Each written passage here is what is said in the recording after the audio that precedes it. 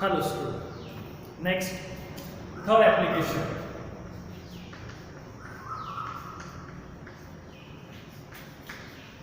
Application of circular motion. याच्या आधी आपण दोन ऍप्लिकेशन पाहिले. First, horizontal curve road or vehicle along the horizontal circular motion. Second, wall or well of death म्हणजे मोदका कुवा. आणि तिसरा आपण पाहणार आहे curve bank road. Curve, important word is bank road or vehicle on bank curve road. Vehicle on bank curve road. आता इथे horizontal curve road आणि बँक कर्व रोड या दोघांमधला डिफरन्स काय? हॉरिझॉन्टल कर्व रोड मध्ये आपली व्हेकल ही सरफेसला कशी होती? हॉरिझॉन्टली होती. तर बँक कर्व रोड मध्ये आपली जी व्हेकल असणार आहे ती व्हेकल थोडीशी रोडला म्हणजे रोड सरफेस वरती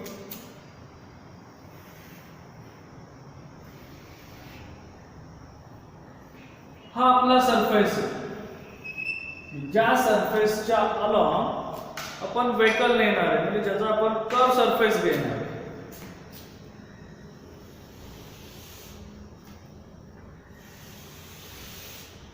हा असा हा इनर रोड आहे आणि हा आउटर रोड. इथे कुठेतरी आपला काय असेल?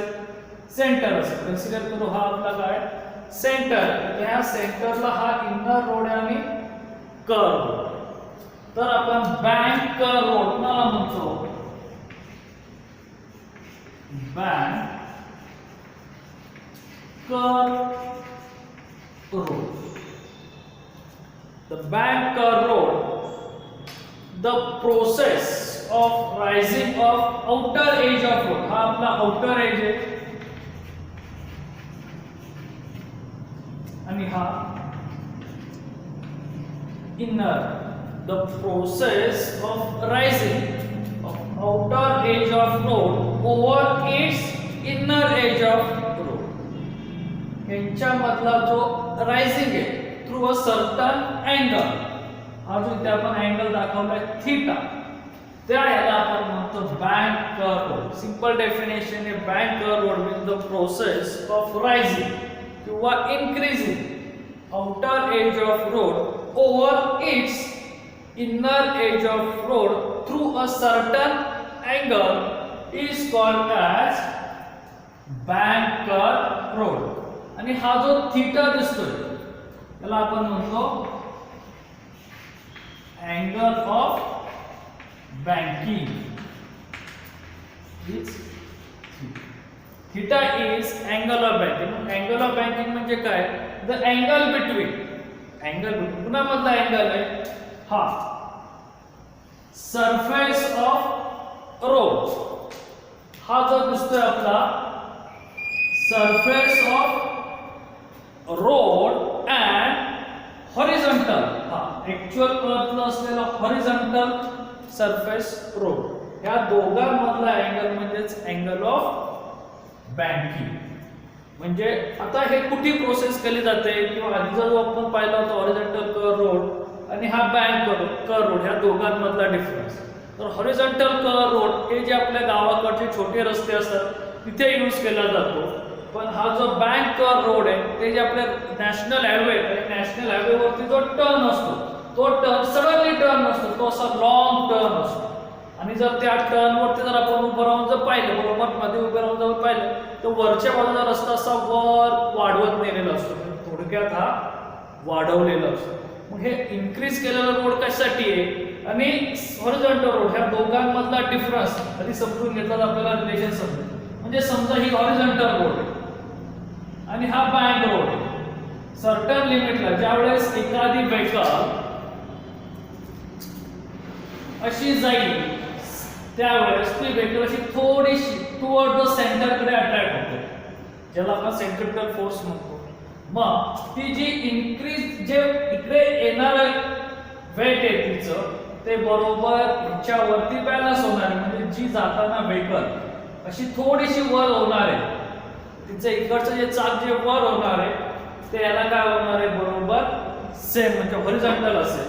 म्हणून मोठ्या रोडवरती किंवा जे नॅशनल हायवे त्याच्यावरती बॅक रोडचा कन्सेप्ट यूज केला जातो की जिथे आपली व्हेकल ही सेफ्टी स्पीड आता कन्सिडर करू ही आपली व्हेकल आहे, इथे आपली काय आली व्हेकल आली.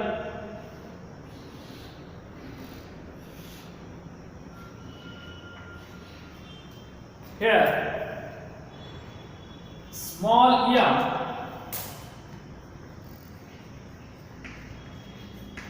mass of vehicle is m and ह्या सेंटर पासून इथपर्यंत ह्या सर्क्युलर ट्रॅकची radius r is radius of circular track and theta is the angle of angle. आता इथे आपल्याला पुन्हा 11 चॅप्टर मधला लॉज ऑफ मोशन मधला फ्रिक्शन फोर्स त्याचा कन्सेप्ट घ्यायचा आहे. इथे वेट हे नेहमी सेंटरला म्हणजे इथं सेंटर ऑफ ग्रॅव्हिटीला कुठे असणार डाऊनवर्ड डायरेक्शन mg आणि नॉर्मल रिएक्शन ही नेहमी सरफेसला परपेंडिक्युलर असते. म्हणजे ह्याला जर परपेंडिक्युलर केली तर आपली नॉर्मल रिएक्शन ही कशी इकडे येणार ह्या लाईनला आपण काय घेतोय परपेंडिक्युलर घेतोय.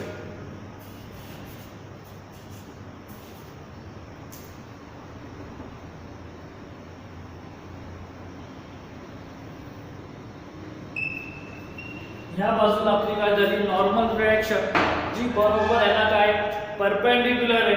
आता ही जी नॉर्मल रिएक्शन ती वेटनी काय बॅलन्स होत नाहीये कारण की दोन्ही एकमेकांच्या समोर आहेत. म्हणजे ह्या वेटला बॅलन्स करण्यासाठी इकडे एक रिझोल्यूशन तयार होणार आणि बरोबर त्याला परपेंडिक्युलर एक इकडे एक रिझोल्यूशन होणार जे आपण सेकंड चॅप्टर्स मध्ये पाहिले. ही आपली normal reaction vector quantity are resolve in to components vertical and another is horizontal component. मग हा वर्टिकल कंपोनेंट तुमच्या वेट ऑफ बॉडीला बॅलन्स करतोय आणि हा जो हॉरिझॉन्टल कंपोनेंट्स आहे तो तुमच्या पूर्ण हॉरिझॉन्टल कर्व्स मध्ये सेंट्रिपिटल फोर्सला जसा बॅलन्स केला होता तसा इथे सुद्धा तो बॅलन्स करणार. मग हे दोन कंपोनेंट काढण्यासाठी आपल्याला दोन लागतात. एक रिझल्टंट म्हणजे मधली असलेली व्हॅल्यू ती आपल्याला मिळाली आणि ह्यांनी केलेला अँगल एक तिरकटचा अँगल हवा आहे किंवा ह्या बाजूचा अँगल हवा. आपल्याला हा अँगल फाइंड आउट करता येईल का तो अँगल पाहू आपण. इथे आपला दिलेला अँगल थीटा आहे बरोबर. आता ही जर डायग्राम आपण या बाजूला इथे सेपरेट काढली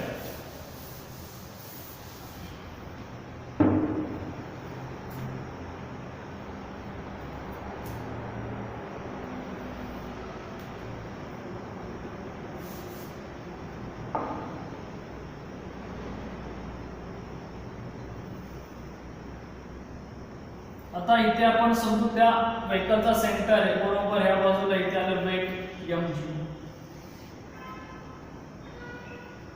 अँगल थीटा ही जर लाईन इथे जोडली तर ती वेट हॉरिझॉन्टलला परपेंडिक्युलर असणार. म्हणजे इथे हा अँगल आला आपला 90 मायनस थीटा. सिंपल कन्सेप्ट आहे. ह्या सरफेसला ही नॉर्मल रिएक्शन कोणत्या ह्या सरफेसला नॉर्मल रिएक्शन ही परपेंडिक्युलर आहे इथे आणि इथे.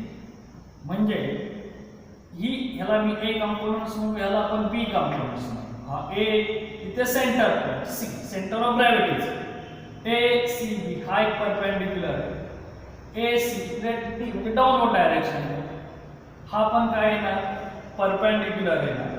द सेम कन्सेप्ट म्हणजे तुमचं इथे जर पाहिलं तर हा 90 मायनस थिटा झाला, हा अँगल सेम आहे इथे, याच्यामध्ये हा अँगल सेम आहे, म्हणजे इथे पुन्हा काय आला 90 मायनस थिटा, आणि हा 90 मायनस थिटा आहे, आणि हा संपूर्ण 90 आहे, म्हणजे हा राहिलेला अँगल सुद्धा काय होणार आहे थिटा होणार आहे. म्हणजे हा अँगल आणि हा अँगल हे कसे सारखे येतात, हा अँगल आणि हा अँगल हे दोन अँगल कसे येतात सारखे येतात. किंवा सेकंड कन्सेप्ट मध्ये सांगायचं झालं तर इथे थिटा येणार आहे, हे दोन्ही अँगल ही लाईन आणि ही लाईन AC ची आणि ही लाईन एकमेकांना पॅरलल आहेत, आणि हे इंटरनली अपोजिट अँगल आहेत, ते सेम असतात, हे अँगल सेम आहे, हा 90 डिग्रीचा आहे, हा 90 डिग्रीचा कन्सेप्ट आहे, म्हणजे हा झाला 90 मायनस थिटा मिडलचा अँगल, म्हणजे रिमेनिंग अँगल इज थिटा. आपल्याला फक्त हा अँगल कन्सेप्ट पाहिजे,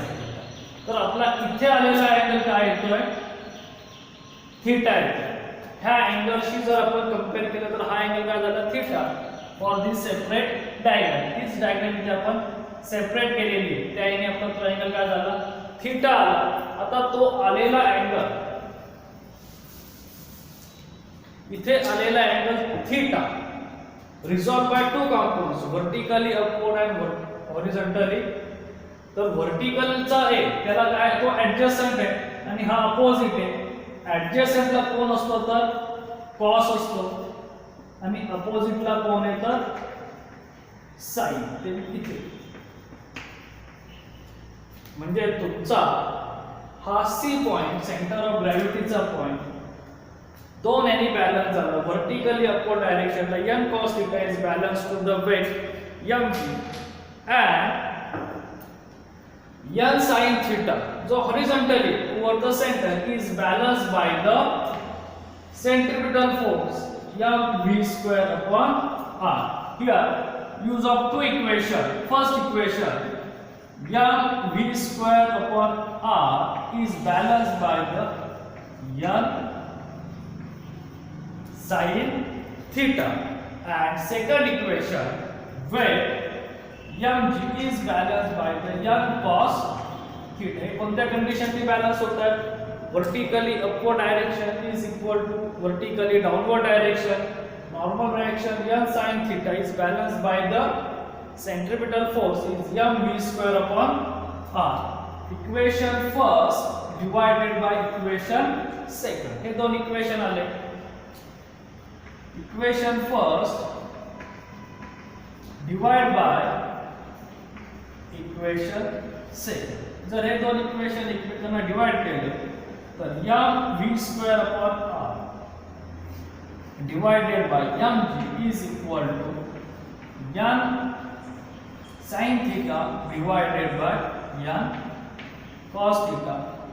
RHS ला नॉर्मल डायरेक्शन कॅन्सल, LHS ला mass cancel means v square divided by rg is equal to sin upon cos is equal to tan theta. Therefore v square is equal to rg tan theta and v is equal to under root rg tan theta. तर आपलं speed vehicle speed v is equal to under root rg tan theta. This speed is depended by radius of circular track and angle of banking जी आपण इथे constant consider करू. म्हणजे कशावर depends आहे r वर आणि angle of banking. They are does not depends by the mass of vehicle. ते तुमच्या व्हेकलच्या मासवर डिपेंडेंट नाही. जर आपण हायवे रोडला किंवा नॅशनल रोडला जर पाहिलं असेल तर आपल्याला तिथे बोर्ड लिहिलेले असतात स्पीड लिमिट 40 किलोमीटर्स 50 किलोमीटर्स. मग ते सर्व व्हेकलसाठी असतं, म्हणजे छोटी असेल किंवा मोठी असेल सगळ्या व्हेकलसाठी ते लिमिट असतं. असं पर्टिक्युलर नाही की मोठी व्हेकलला वेगळं लिमिट छोट्या व्हेकलला वेगळं लिमिट, कारण की ते व्हेकलच्या मासवर डिपेंडेंट नाही. They are only dependent by circular radius of circular track and angle of banking. आता हे जे स्पीड दाखवलं ह्याला आपण सेफ्टी स्पीड म्हणतो. Means Vs is equal to under root rg tan theta. हे सेफ स्पीड आहे, ज्या स्पीडला तुम्ही कसल्या प्रकारचा फोर्स म्हणजे तुम्ही ब्रेक अप्लाय न करता यूज केलेलं स्पीड. कारण की जर आपण ब्रेक अप्लाय केला तर तिथे आपल्याला फ्रिक्शनल फोर्स सुद्धा येणार आहे. तो फ्रिक्शनल फोर्स तुमच्या रोड आणि टायर्स मध्ये आपल्यामध्ये एकदम जर आपण सडनली जर ब्रेक मारला तर आपली व्हेकल ही स्लिप होते किंवा आपली गाडी ही स्लिप होते. इथे आपण घेताना ह्याला सेफ स्पीड म्हणतो. They are not maximum or minimum speed. हे मॅक्झिमम किंवा मिनिममच्या रेंजमध्ये नाही. जसं आपण हॉरिझॉन्टलला मॅक्झिमम स्पीड म्हणलं होतं आणि वेल ऑफ डेथच्या वेळेस आपण मिनिमम स्पीड म्हणलं होतं, तसं इथे नाही. याला आपण सेफ स्पीड म्हणतो. Vs is equal to √rg tan theta. इथे आपण फ्रिक्शनल फोर्स किंवा कोएफिशियंट ऑफ स्टॅटिक फ्रिक्शन, जो फ्रिक्शन रोड आणि टायर्स मधला आहे, ते आपण कन्सिडर केलं नव्हतं. ते जर कन्सिडर केलं तर म्हणजे आपला झालेला फोर्स, तर तो फोर्स दोन टाइप मध्ये, एक तर इन्क्रीजिंग म्हणजे लोअर स्पीड साठी आणि एक हायर स्पीड साठी. तर फर्स्ट आपण लोअर स्पीड साठी पाहू. ही जर आपल्याला फर्स्ट डायग्राम समजली असेल तर आपल्याला पुढचे दोन इक्वेशन सोपे आहेत, लोअर स्पीडचं आणि हायर स्पीडचं.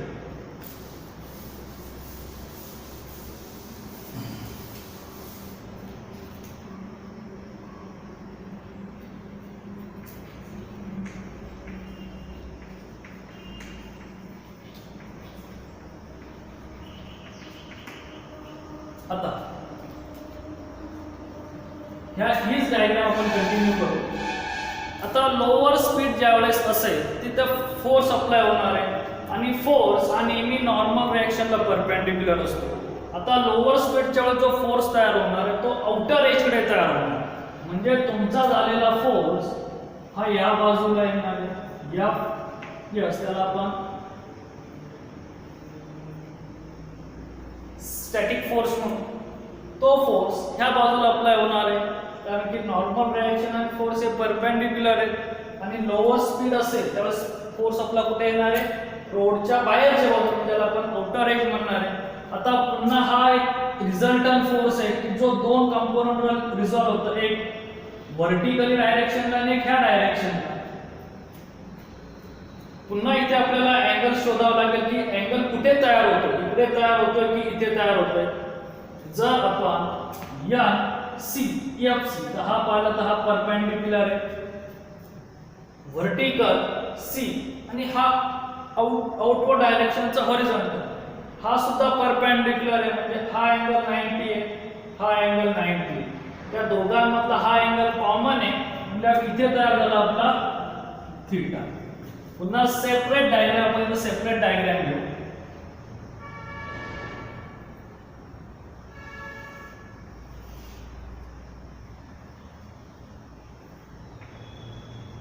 सी सेंटर म्हणजे सेंटर ऑफ ग्रॅव्हिटी, व्हेकलच्या सेंटर एम जी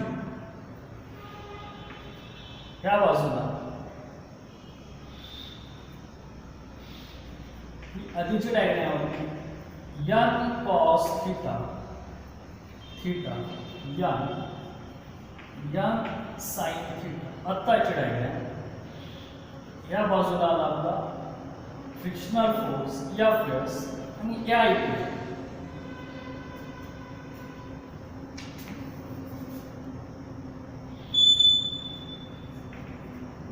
बरोबर. नॉर्मल रिएक्शन आणि फ्रिक्शनल फोर्स किंवा फोर्स हे आपण 11वी मध्ये पाहिले ते एकमेकांना परपेंडिक्युलर आहेत. हा अँगल कॉमन आहे म्हणजे काय झाला, थीटा आला. म्हणजे पुन्हा ऍडजसंट साइडला काय असतो, कॉस असतो आणि अपोजिट साइडला साइन असतो. इथे आपला आधीचा ऑलरेडी आलेलाच आहे या v²/r. म्हणजे आपली डायग्राम जी स्प्लिट कशी झाली, आधी फक्त नॉर्मल रिएक्शन होती, आता आपण फोर्स सुद्धा इन्क्लूड करतोय. तर फोर्स इन्क्लूड केल्यामुळे तोही रिझॉल्व होणार आहे दोन कंपोनंटला, एक व्हर्टिकल आणि एक हॉरिझॉन्टल. तर हॉरिझॉन्टलला कॉस आला, व्हर्टिकलला साइन आलेला आहे. लोअर लिमिट असेल त्यावेळेस फोर्स हा बाहेरच्या बाजूला येतो म्हणून याला आपण बाहेरच्या बाजूला दाखवतो म्हणजे आउटर एजला. सेम इक्वेशन म्हणजे इथे आला आपलं Fs sin थीटा आणि इथे Fs cos थीटा. हे झाले आपली सेकंड डायग्रामचा कन्सेप्ट फॉर लोअर लिमिट. आता पुन्हा मगाच्या सारखंच कंपेअर ऑफ द इक्वेशन. इकडे हॉरिझॉन्टली इनवर्ड डायरेक्शनला n sin theta balance the horizontally outward direction या v²/r. त्याला मी मिनिमम लिहितो म्हणजे आपण लोअर म्हणतो, plus Fs cos theta is equal to n sin theta.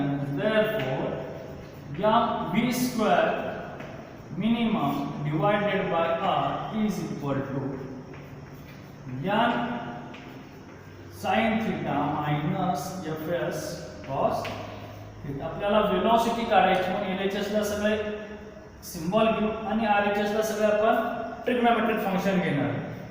Second, vertically upward direction आणि vertically downward direction. Downward डायरेक्शनला weight आहे, अपवर्ड डायरेक्शनला fs sin theta plus n cos theta. हे दोन इक्वेशन झालेला म्हणतो इक्वेशन फर्स्ट, त्याला म्हणतो equation second. Same concept, equation first divided by equation second.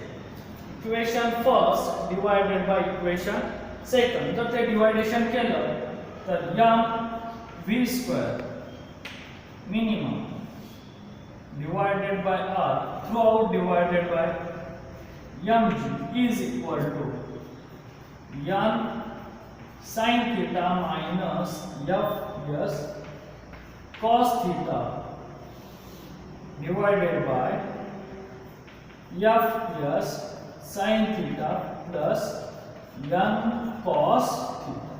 आपलं हे इक्वेशन तयार होईल. ह्या इक्वेशन मध्ये LHS चा मास कॅन्सल होतो. आपल्याला RHS मध्ये इक्वेशन ऍडजस्ट करायचे with related to the coefficient of static friction म्हणजे μs. त्याचा आपण यूज केला नाही, पण आपण फोर्स वेक्टर म्हणलं की तुमचं friction coefficient of static friction येणार आहे. This friction is depend by rod and tire. This simple relation, हे इक्वेशन आपण इकडे स्टॅटिक फ्रिक्शन शी रिलेटेड करू. mu s is equal to fs divided by m. हा आपला सिंपल फॉर्म्युला. म्हणजे आपल्याला इथे काय करायचं, फ्रिक्शनल फोर्सला n ने डिवाइड करायचं आणि आधीच्या डेरिवेशन मध्ये आपला tan आला होता. म्हणजे tan कशामुळे येईल, sin divided by cos. Means त्याला म्हणतो equation number 3 n cos theta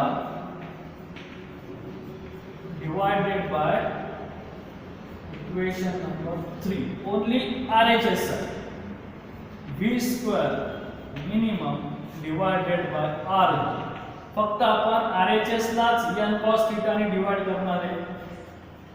n sin theta divided by n cos theta minus fs cos theta divided by n cos theta throughout divided by fs sin theta divided by n cos theta plus n cos theta divided by n cos theta.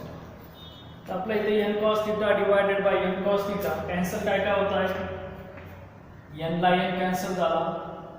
इथे n sin cos theta divided by n cos theta ह्या value cancel झाल्या. fs divided by n म्हणजे आपण coefficient of static friction μs is coefficient of static friction. He value आपण put करणार म्हणजेच v square minimum lower speed divided by rg sin divided by cos tan theta minus cos theta cancel. Frictional force divided by normal direction is mu s. इथे mu s tan theta plus 1. तर आपलं आलेलं equation आपल्याला velocity find out करायची.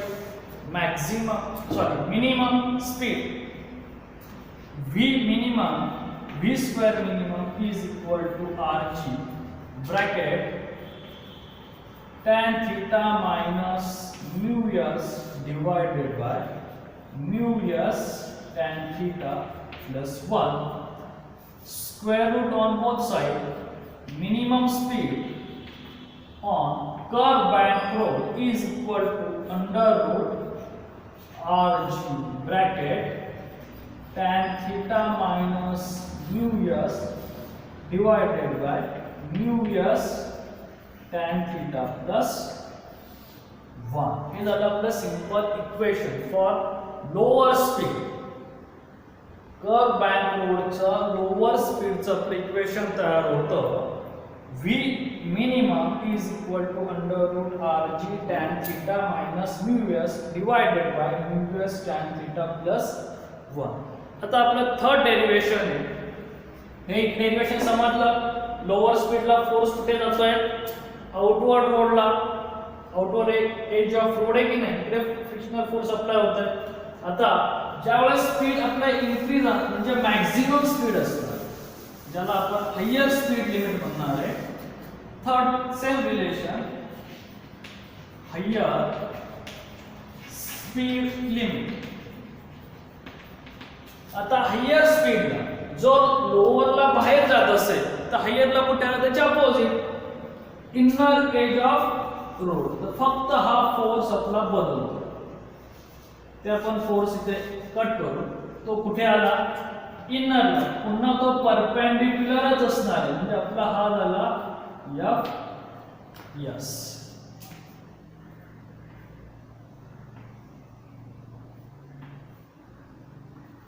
Normal reaction आपला असलेला force काय? Perpendicular आहे. आता angle same n cos theta c n sin theta हे परपेंडिक्युलर आहे. n c आणि फ्रिक्शनल फोर्स हा एक परपेंडिक्युलर आहे. म्हणजे त्यांच्यामधला हा angle n c n sin theta हा कॉमन आहे. म्हणजे राहिलेले हे दोन अँगल कसे असणार आहे? सारखे असणार आहे. तर मग हे जे सारखा अँगल आहे थीटा, आपण जो मगाशी कन्सेप्ट अप्लाय केला होता तोच कन्सेप्ट अप्लाय करतो. फक्त आपल्याला थीटा शोधायचा असतो. इथे n cos थीटा c आणि n sin थीटा हे परपेंडिक्युलर आहे. Normal reaction, centre of gravity and frictional force हे परपेंडिक्युलर आहे. त्यांच्यामधला हा कॉमन अँगल आहे. राहिलेले हे दोन अँगल कसे असणार आहे? सारखे. कारण दोघांची बेरीज 90 आहे. म्हणजे इथे काय झालं? आपला theta again frictional force resolve in two components. एक हॉरिझॉन्टल आणि दुसरा व्हर्टिकल. हॉरिझॉन्टली ऍडजसंट साइड म्हणजे तिथे आला आपला एफ एस कॉस थीटा आणि इकडे येणार एफ एस साइन थीटा. म्हणजे जे मगाशी आपण केलं होतं त्याचप्रमाणे हॉरिझॉन्टलला आपला येतो कॉस थीटा. सॉरी, हॉरिझॉन्टल म्हणण्यापेक्षा आपण त्याला म्हणून ऍडजसंट साइडला येतो कॉस थीटा आणि अपोजिट साइडला येतो sine theta. Again here use of the two equation. Upward force, upward value equal to the downward and horizontally left side is equal to the horizontally right side. मग इथे काय? horizontal right side ला centripetal force is m v square. आता हे higher आहे म्हणजे speed काय झालं? Maximum divided by r is equal to n sin theta plus f s cos theta. याला म्हणतो इक्वेशन नंबर फर्स्ट. आणि equation number upward is equal to the downward mg plus fs sin theta is equal to n cos theta. ही term shift करतो तिकडे. mg is equal to n cos theta minus fs sin theta. Next equation number 2 म्हणजे again equation first divided by equation second. Equation first divided by equation second म्हणजे काय येणार? या v square max divided by r throughout divided by mg is equal to n sin theta plus fs cos theta divided by n cos theta minus fs sin theta. इथे मास cancel आणि त्याला म्हणतो equation number 3. आता हे जे equation number 3 आलं त्या equation number 3 मध्ये पुन्हा पहिल्यासारखं फ्रिक्शनल फोर्स आहे, नॉर्मल रिएक्शन आहे, म्हणजे आपल्या इथे काय आहे ना mu PS coefficient of static friction F divided by M. Again same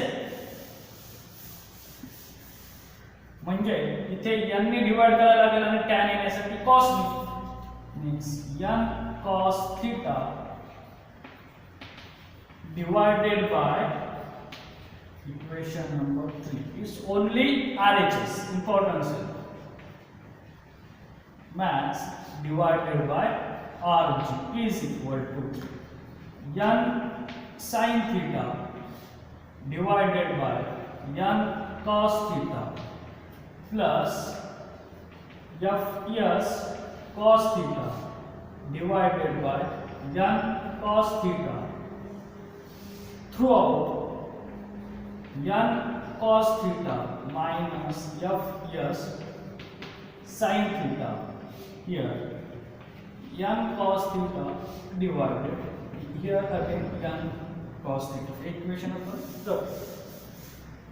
आता इथे कॅन्सल काय काय होत आहे normal reaction cos theta n cos theta n cos theta again v square max divided by rg sin upon cos tan theta plus frictional force divided by normal reaction coefficient of static friction 1 minus mu s tan theta हा rg इकडे shift करू आणि root काढू म्हणजे maximum safety speed म्हणजे v max किंवा higher speed limit under rg bracket tan theta plus mu s divided by 1 minus mu s tan theta म्हणजे आपल्या इथे तीन इक्वेशन तयार होतात sorry maximum speed under root rg tan theta plus mu s 1 minus mu s tan theta हे झालं maximum speed साठी जर मिनिमम स्पीड साठी आपण जर इक्वेशन कन्सिडर केले तर v मिनिमम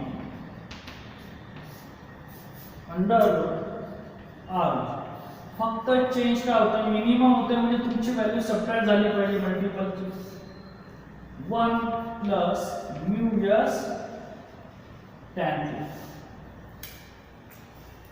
मॅक्झिमम किंवा हायर स्पीड लिमिटला प्लस येतं मिनिमम स्पीड लिमिटला मायनस येतं जर कोएफिशिएंट नसेल म्हणजे 0 असेल by both the condition friction is 0 तर safety speed is vs rg tan theta तर आपलं सेफ्टी स्पीड काय तर vs r कधी ज्या वेळेस तुमचा friction coefficient of static friction नसेल आणि ज्या वेळेस बॅक रोड नसेल म्हणजे तुमचा हॉरिझॉन्टल रोड असेल त्यावेळेस अँगल येणार नाही त्याला आपण काय म्हणतो vh is under root mu s r g ह्या डेरिवेशन आपण पाहू शकतो जर थीटा नसेल फक्त mu s ने मल्टिपल म्हणजे इथे बँकिंग अँगल अबसेंट आहे इथे फ्रिक्शन अबसेंट आहे आणि इथे जर दोन्ही प्रेझेंट असेल तर मिनिमम स्पीड म्हणजे सबट्रॅक्शन होणार मॅक्झिमम स्पीडला ॲडिशन होणार by multiple value the simple relation आणि थर्ड जे MCQ ला किंवा CET क्वेश्चनला विचारतात ते म्हणजे height of road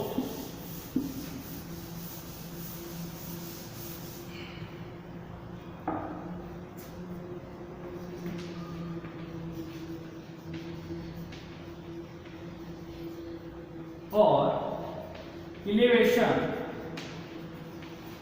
of road. आता हाईट ऑफ इलेव्हेशन म्हणजे हा इनर एज रोड आहे हा आउटर एज रोड आहे हा हॉरिझॉन्टल सरफेस आहे आणि हा त्यांच्यामध्ये केलेला अँगल थीटा आहे म्हणजे हा हॉरिझॉन्टल रोड आणि हा आपला ऍक्च्युअल सरफेस तो काहीतरी राईज केलं नाही आपली डेफिनेशन असेल आपण डेफिनेशन मध्ये सांगताना काय सांगतोय बँकिंग ऑफ रोड मध्ये the process of raising of outer edge of road over its inner edge of road. म्हणजे इथे काहीतरी एक हाईट आहे, ह्या दोन ट्रॅक मधला किंवा रोड मधला डिस्टन्स जर एल कन्सिडर केलं तर ही अपोजिट साइड आहे, हे आपलं हायपोटेनियस आहे. जर अपोजिट साइड आणि हायपोटेनियस असेल तर ट्रिग्नोमेट्री मधलं फंक्शन sin थीटा आपल्याला होतं h divided by l. therefore h is equal to l sin theta or theta is equal to tan inverse under tan inverse in bracket v square upon rg.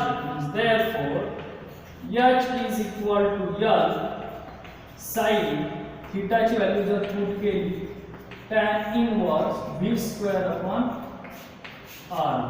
ह्याला आपण म्हणतो height और elevation of roads किंवा और theta is very small. हा nearly to किंवा लेस than 5 डिग्रीच्या आसपास असतो. म्हणजे sin theta is nearly equal to the theta. therefore h is equal to l into theta in radians. हे आपलं सिंपल रिलेशन आहे की जे आपल्याला एक्झाम्पलला कधी कधी विचारू शकतात. What is the height of outer edge of road over its inner edge of road. The simple two important definition. First, banking of road. Banking of road म्हणजे काय होतं? Process. The process of raising of road किंवा increasing of road, increasing of outer edge of road over its inner edge of road through a certain angle theta. किंवा दुसरी आपली definition होती angle of banking. म्हणजे हा angle, तो काय angle of banking म्हणजे अँगल बिटवीन इथे असलेला आपल्याला rising road and horizontal surface किंवा आपण surface of road to horizontal surface of road यांच्यामधला अँगल तो थीटा असतो. कळलं? हे आपले इक्वेशन इम्पॉर्टन्स आहे. 4 मार्क्स क्वेश्चन आहे हा संपूर्ण. तर 4 मार्क क्वेश्चन मध्ये तुम्हाला कोणती कंडिशन विचारली? सेफ स्पीडची विचारली असेल तर first condition, lower limit speed limit विचारली असेल तर सेकंड कंडिशन आणि हायर स्पीड लिमिट विचारली असेल तर थर्ड कंडिशन. किंवा ओव्हरऑल क्वेश्चन जर डिस्कस द 4 मार्क्सला असेल तुम्हाला ह्या तिन्ही कंडिशन एक्सप्लेन करायला लागतात. ओके.